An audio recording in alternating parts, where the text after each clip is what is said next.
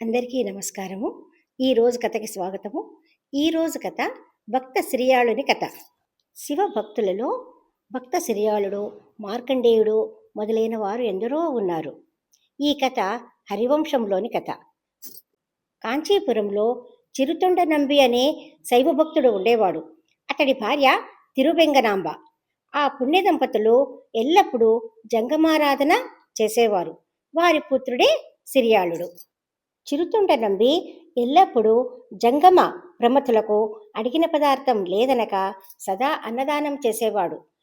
ఒకసారి శివుడు పార్వతీదేవికి చిరుతుండ నంబి భక్తి ప్రభావం ఏ విధంగా ఉంటుందో చూపించతలిచాడు. ఒకరోజు చిరుతుండ నంబికి ఒక్క శివయోగి కూడా కనిపించలేదు. నిత్యం అన్నదానం చేయాలి ఆయన. తిరిగి తిరిగి చివరకు కాంచీపురం ఊరి బయట ఉన్న పాడుబడిన గుడికి వెళ్ళాడు. అక్కడ మంటపంలో ఒక వృద్ధుడు, అతనికి సేవ చేస్తున్న అవ్వ కనిపించారు. వారికి ప్రణామం చేసి తమ ఇంటికి వచ్చి శివార్చన అందుకొని చరితార్థుణ్ణి చేయమని ప్రార్థించాడు చిరుతొండడు. ఆ వృద్ధుడు, 7 రోజుల నుండి నిరాహార వ్రతం పూనుకొని ఉన్నాను. ఆ వ్రతానికి ఉద్యాపన పశుహారము. ఒక యాగ పశువుగా నరుడు తప్ప మరొకరు పనికిరారు. సుందరుడు, రోగము లేనివాడు అయిన పిన్న వయసు వాణ్ణి తల్లిదండ్రులు వండి మాకు వడ్డించి మాతో పాటు వారు కూడా భోజనం చేయాలి అని పలికాడు. చిరుతుండ నంబి ఇంటికి వెళ్ళి విషయమంతా భార్యకు వివరించాడు. ఆమె నవ్వి, మన శరీరార్థ ప్రాణాలకు కర్తలు శివయోగీశ్వరులే కదా, వారి సొమ్ములు వారికి సమర్పించడానికి ఆలోచన ఎందుకు అని పలికింది. వెంటనే శివయోగిని ఇంటికి తీసుకురావడానికి బయలుదేరాడు చిరుతుండడు. ఈలోపు శివుడు మరొక వేషంలో గురువుగారి ఇంటిలో పాఠాలు చదువుకుంటున్న సిరియాళుని దగ్గరకు వెళ్ళాడు. మొదటి నుంచి సిరియాళుడు శివభక్తుడు. ఆ జటాధారిని చూడగానే సిరియాళుడు సాష్టాంగ నమస్కారం చేశాడు. భక్తి తాత్పర్యంతో నమస్కరిస్తూ నిల్చున్న సిరియాళునితో శివుడు, నాయనా, నీ తండ్రి చిరుతుండ నంబి నిన్ను చంపి ఒక నిర్భాగ్యుడైన శివయోగికి ఆహారంగా పెట్టబోతున్నాడు. కడుపున పుట్టిన కూరిమి కుమారుని మెడ కోసి చంపి ఇతరులకు పెట్టే క్రూరత్వము ఈ లోకంలో ఎక్కడైనా ఉందా? స్నేహశీలిని కాబట్టి ఈ విషయం నీకు చెప్పడానికై వచ్చాను. బ్రతికి ఉంటే బలుసాకు తినవచ్చు, నీ ప్రాణాలు కాపాడుకో అన్నాడు. అప్పుడు సిరియాళుడు చెవులు మూసుకొని, మహానుభావా, నీవు ఈ రకంగా మాట్లాడటం న్యాయమా?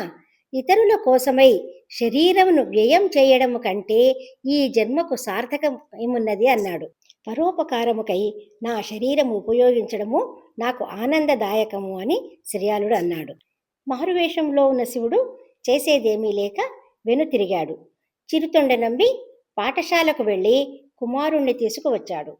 కుమారుణ్ణి తొడమీద కూర్చుండబెట్టుకుని, తండ్రి సిరియాళ, ఎల్లప్పుడూ పంచాక్షరి మంత్రమే జపిస్తూ ఉండు అని పలికి కత్తితో అతని శిరమును ఖండించాడు. సిరియాళుని తల శరీరంతో భోజనశాలలో వంట తయారైనది.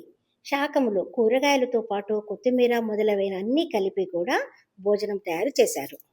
మారువేషంలో ఉన్న శివపార్వతులను ఆరగించవలసిందిగా నంబి దంపతులు కోరారు. అప్పుడు నంబి దంపతులు, మాకు మరొక నియమం ఉన్నది. మగబిడ్డ లేని నిర్భాగ్యుని ఇంట్లో భోజనం చేయకూడదు. నీ కుమారుని పిలువు అన్నాడు ఆ మాయాజంగముడు. అప్పుడు నంబి దంపతులు ఏ విధంగా అని ఆలోచన చేస్తూ ఉండగా ఆ వృద్ధ దంపతులు నంబి భార్యను, తండ్రిని ఎలుగెత్తి మీ కుమారుని పిలువమన్నారు. వారిరువురు ఆర్తితో రారా కుమారా, రారా సిరియాళ అని పలుమార్లు దిక్కులు ప్రతిధ్వనించేటట్లు పిలిచారు. మరుక్షణమే ఆకులలో ఉన్న శాఖ పాకాల నుంచి సిరియాళుడు వారి ముందు నిలిచాడు.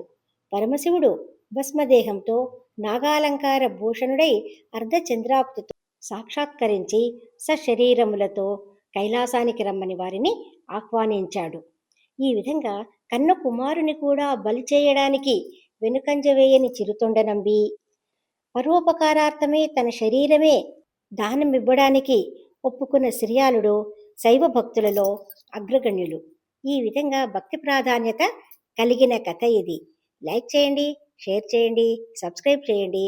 ఇటువంటి కథతో మళ్ళీ కలుసుకుందాము. సెలవు. Thank you.